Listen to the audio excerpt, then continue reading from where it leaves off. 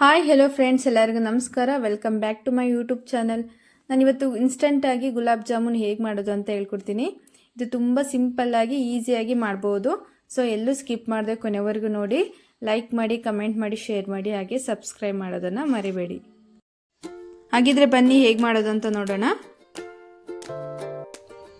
ನೋಡಿ, ನಾನಿಲ್ಲಿ MTR ಗುಲಾಬ್ ಜಾಮೂನ್ ಪೌಡರ್ನ ಯೂಸ್ ಮಾಡ್ತಾ ಇದ್ದೀನಿ. ಸುಮಾರು 200 ಗ್ರಾಮ್ ಆಗುವಷ್ಟು MTR ಗುಲಾಬ್ ಜಾಮೂನ್ ಪೌಡರ್ನ ತೊಗೊಂಡಿದ್ದೀನಿ. ನೋಡಿ, ಸಿಂಪಲ್ಲಾಗಿ ಹಾಲನ್ನು ಯೂಸ್ ಮಾಡಿ ಕಲಿಸ್ತಾ ಇದ್ದೀನಿ. ನೀವು ಕೋವಾ ಇದ್ದರೆ ಅದನ್ನು ಸಹ ಯೂಸ್ ಮಾಡ್ಬೋದು. ಕೆಲವೊಬ್ಬರು ನೀರನ್ನು ಯೂಸ್ ಮಾಡಿ ಕಲಿಸ್ತಾರೆ. ಹಾಲನ್ನ ಯೂಸ್ ಮಾಡಿ ಕಲಿಸೋದ್ರಿಂದ ತುಂಬ ಸ್ಮೂತಾಗಿ ಬರುತ್ತೆ ಗುಲಾಬ್ ಜಾಮೂನು. ಸ್ವಲ್ಪ ಸ್ವಲ್ಪ ಹಾಲನ್ನು ಹಾಕಿ ಸಾಫ್ಟಾಗಿ ಕಲಸಿ.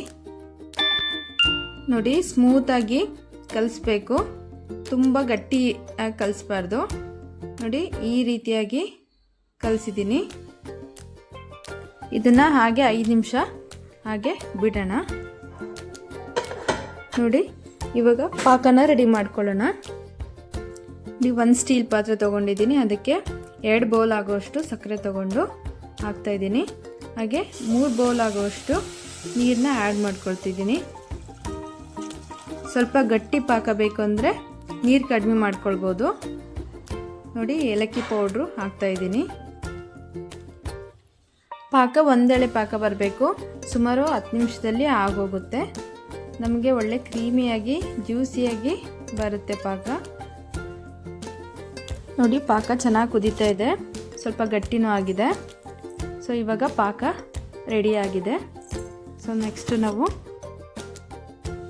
ಇವಾಗ ಗುಲಾಬ್ ಜಾಮೂನ್ ಸ್ಮೂತಾಗಿ ರೆಡಿಯಾಗಿದೆ. ಇವಾಗ ಉಂಡೆ ಉಂಡೆ ಮಾಡ್ಕೊಳ್ಳೋಣ. ತುಪ್ಪ ಯೂಸ್ ಮಾಡ್ಕೊಳ್ತಾ ಇದ್ದೀನಿ. ತುಪ್ಪ ಇಷ್ಟಪಡದೇ ಇರೋರು ಎಣ್ಣೆನೂ ಸಹ ಯೂಸ್ ಮಾಡ್ಬೋದು. ತುಪ್ಪ ಯೂಸ್ ಮಾಡಿದ್ರೆ ಒಳ್ಳೆ ಟೇಸ್ಟಿಯಾಗಿ ಸ್ಮೂತಿಯಾಗಿ ಗುಲಾಬ್ ಜಾಮೂನ್ ರೆಡಿಯಾಗುತ್ತೆ. ಸೊ ಅದಕ್ಕೋಸ್ಕರ ತುಪ್ಪನ ಯೂಸ್ ಮಾಡ್ತಾ ಇದ್ದೀನಿ. ನಿಮಗೆ ಯಾವ ಸೈಜಿಗೆ ಬೇಕೋ ಆ ಸೈಜಿಗೆ ಮಾಡ್ಕೊಳ್ಬೋದು.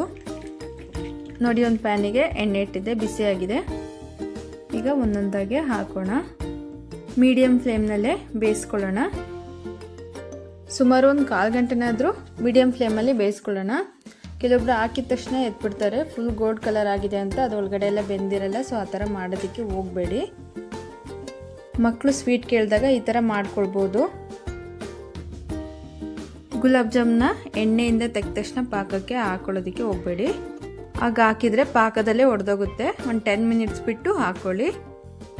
ಪಾಕ ಸ್ವಲ್ಪ ಬೆಚ್ಚಗಿರಬೇಕು, ಆವಾಗ ಹಾಕ್ಕೊಳ್ಳಿ. ನೋಡಿ, ಗುಲಾಬ್ ಜಾಮೂನ್ ರೆಡಿಯಾಗಿದೆ. ಇದನ್ನು 1 ಅವರ್ ಬಿಟ್ಟು ತಿಂದರೆ ತುಂಬ ಚೆನ್ನಾಗಿರುತ್ತೆ. ತುಂಬ ಚೆನ್ನಾಗಿ ಪರ್ಫೆಕ್ಟಾಗಿ ಪಾಕಲ್ಲಿ ಎಳೆದುಕೊಂಡು ಸೂಪರಾಗಿ ಬಂದಿದೆ.